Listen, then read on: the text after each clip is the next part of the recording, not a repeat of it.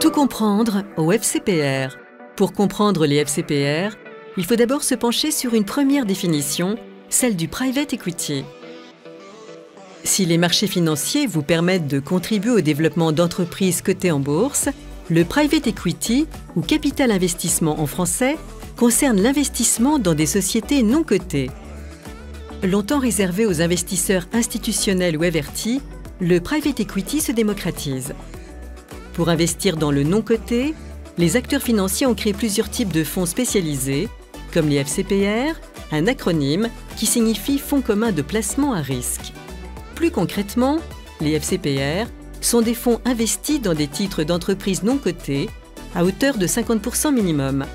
Ils permettent ainsi de financer des entreprises françaises et étrangères à la recherche de capitaux pour diverses raisons, croissance, transmission, voire cession de leur activité.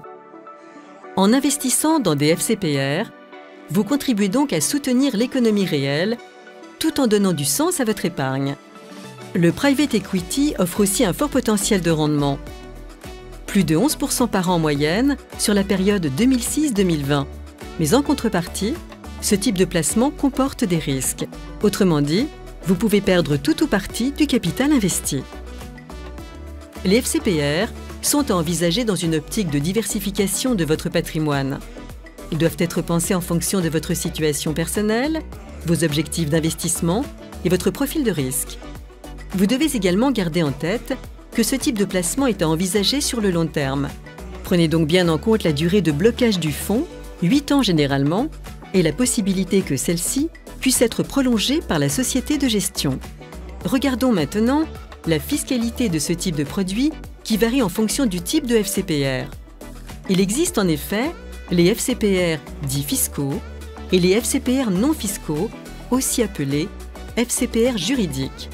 Il faut également mentionner les fonds communs de placement dans l'innovation, FCPI, et les fonds d'investissement de proximité, FIP, qui sont des variétés de FCPR, avec la particularité d'être créés sur une année pour collecter des fonds et clôturés au terme de cette même année. Si vous détenez des parts d'un FCPR dit fiscal, c'est-à-dire composé majoritairement de titres de sociétés non cotées européennes, vous bénéficiez d'une exonération d'impôt sur les plus-values. Attention, pour bénéficier de cet avantage fiscal, vous devez conserver vos parts pendant au moins 5 ans. Les prélèvements sociaux, au taux de 17,2%, restent néanmoins dus. Les FCPR non fiscaux ou FCPR juridiques ne sont, eux, pas composés majoritairement de titres de sociétés européennes. Les concernant, c'est le régime de droit commun d'imposition des valeurs mobilières qui s'applique, c'est-à-dire le prélèvement forfaitaire unique, PFU, également connu sous le nom de flat tax, 12,8% d'impôt sur le revenu, plus 17,2% de prélèvements sociaux. Cependant, le contribuable peut choisir d'être plutôt soumis à l'application du barème progressif de l'impôt sur le revenu. Notez que les FCPR ne donnent pas lieu à une réduction d'impôt sur le revenu à l'entrée, contrairement aux FIP, FCPI.